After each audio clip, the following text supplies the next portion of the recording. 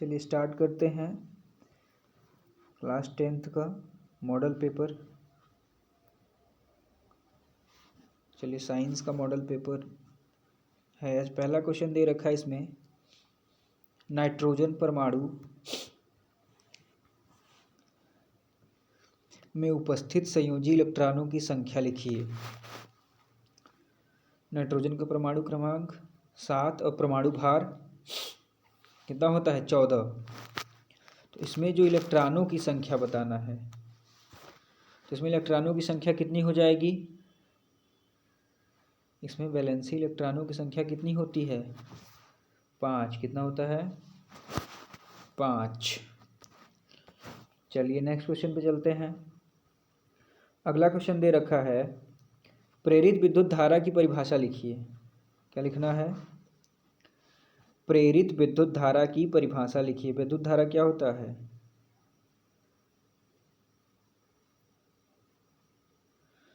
विद्युत धारा की परिभाषा बताइए, आप लोगों को पता होगा। आवेश प्रवाह की समय दर को विद्युत धारा कहते हैं। क्या होता है, आवेश प्रवाह के समय दर को विद्युत धारा कहते हैं।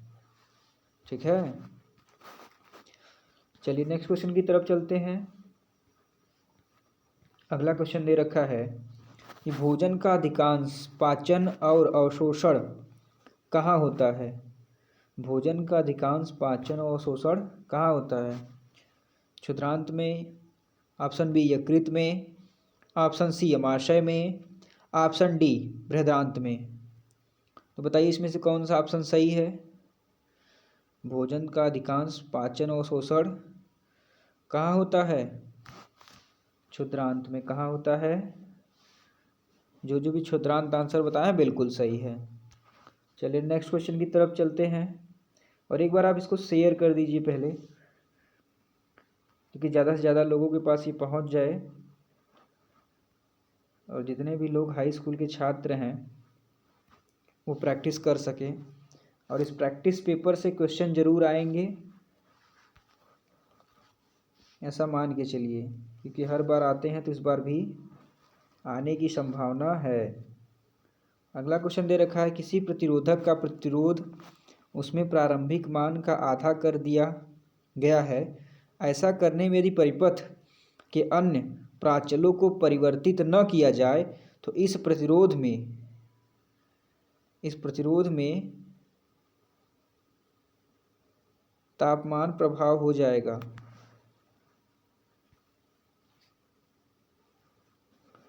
इस प्रतिरोध में तापमान प्रभाव हो जाएगा 2 गुना, ऑप्शन बी आधा, ऑप्शन सी 1/4 और ऑप्शन डी 4 गुना। तो बताइए इसमें से कौन सा ऑप्शन सही हो जाएगा। इसमें से कौन सा ऑप्शन सही हो जाएगा, कितना हो जाएगा आधा। क्या हो जाता है, जो भी आधा बता रहे हैं बिल्कुल सही है। चलिए अगले क्वेश्चन की तरफ चलते हैं। अगला क्वेश्चन दे रखा है, नेक्स्ट क्वेश्चन क्या दिया है, मानव परिसंचरण तंत्र के विषय में निम्नलिखित में से कौन सा कथन सही है। पहला ऑप्शन है, रुधिर केवल ऑक्सीजन का वहन करता है तथा कार्बन डाइऑक्साइड का वहन करता है, कार्बन डाइऑक्साइड का वहन नहीं करता। बी ऑप्शन दे रखा है, मानव हृदय में 5 कोष्ठ होते हैं। ऑप्शन सी दे रखा है, वाल्व रुधिर के पश्च प्रवाह पर रोक को सुनिश्चित करते हैं। और डी ऑप्शन दे रखा है कि हृदय में ऑक्सीजन बाहुल और ऑक्सीजन न्यून दोनों रुधिर मिश्रित होते हैं। बताइए इसमें से कौन सा सही है। वाल्व रुधिर के पश्च प्रवाह पर रोक को सुनिश्चित करता है। क्या करता है, वाल्व रुधिर के पश्च प्रवाह पर रोक को सुनिश्चित करता है। ठीक है, जिसने भी सी ऑप्शन दिया है बिल्कुल सही है। सी वाले सारे लोग एकदम सही हैं। चलिए अगले क्वेश्चन की तरफ चलते हैं। अगला क्वेश्चन क्या दे रखा है, अवयवी प्रक्रिया। पहला ऑप्शन है किण्वन के समय ईस्ट में होती है। ऑप्शन बी है ऑक्सीजन की उपस्थिति में होती है। ऑप्शन सी दे रखा है मानव की पेशियों में केवल ऊर्जा उत्पन्न करती है। और ऑप्शन डी है कि अवयवी प्रक्रिया में एथेनॉल ऑक्सीजन और ऊर्जा उत्पन्न होती है। तो बताइए इसमें से कौन सा ऑप्शन सही है। अवयवीय प्रक्रिया में किण्वन के समय ईस्ट में होती है। अवयवी प्रक्रिया किण्वन के समय कहाँ होता है, ईस्ट में होता है। Option A is correct answer. Option A correct answer है। चलिए अगले क्वेश्चन की तरफ चलते हैं। अगला क्वेश्चन क्या दे रखा है कि निषेचन वह प्रक्रिया है जिसमें पहला ऑप्शन नर युग्मक या मादा युग्मक की ओर स्थानांतरण होता है। बी ऑप्शन है नर और मादा युग्मक के केंद्रकों का संलयन होता है। ऑप्शन सी दे रखा है नर और मादा जननांगों का आसंजन चिपकाव होता है। और डी दे रखा है किसी जननांग द्वारा युग्मक बनते हैं। तो बताइए इसमें से कौन सा ऑप्शन सही है। पहला, दूसरा, तीसरा या चौथा। इसका सही ऑप्शन हो जाएगा नर और मादा युग्मक के केंद्रकों का संलयन होता है। क्या होता है, नर और मादा युग्मक के केंद्रकों का संलयन होता है। ऑप्शन नंबर बी सही है। चलिए अगले क्वेश्चन की तरफ चलते हैं। अगला क्वेश्चन क्या दे रखा है। अगला क्वेश्चन दे रखा है कि यदि किसी व्यक्ति के पास 5 प्रतिरोधक हैं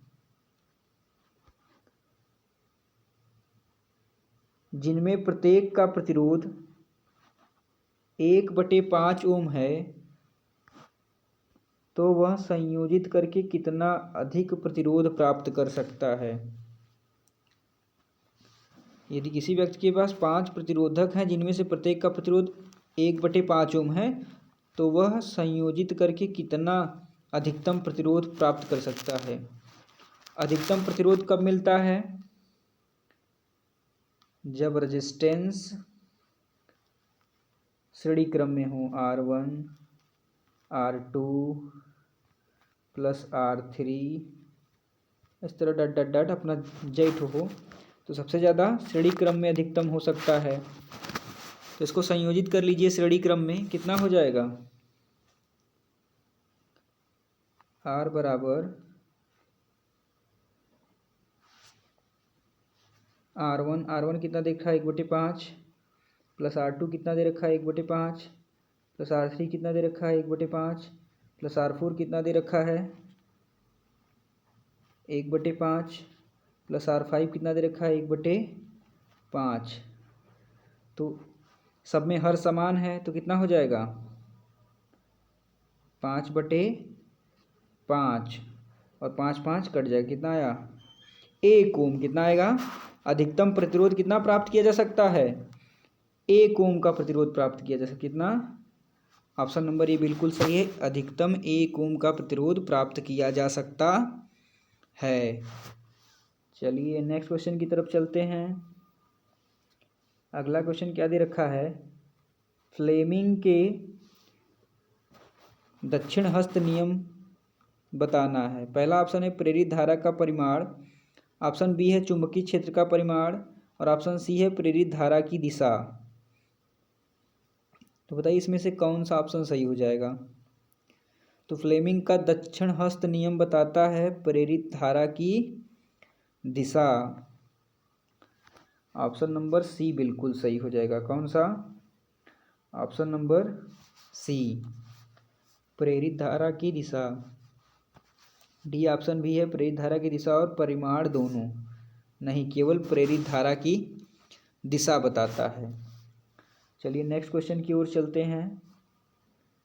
नेक्स्ट क्वेश्चन दे रखा है कि किसी नाभिकीय रिएक्टर में नाभिकीय ऊर्जा उत्पन्न करने के बारे में निम्नलिखित में से कौन सा कथन सत्य नहीं है। सत्य नहीं है बताना है। पहला ऑप्शन देखो दिया है, इसमें ऊर्जा नाभिकीय विखंडन की प्रक्रिया द्वारा प्राप्त होती है। ऑप्शन बी है, इसमें यूरेनियम के नाभिक पर उच्च ऊर्जा वाले न्यूट्रॉनों की बमबारी की जाती है। ऑप्शन सी दे रखा है, इस प्रक्रिया में श्रृंखला अभिक्रिया होती है। और चौथा ऑप्शन दिया, इस प्रक्रिया में नियंत्रित दर पर विशाल मात्रा में ऊर्जा मुक्त होती है। तो बताइए इसमें से कौन सा सही है?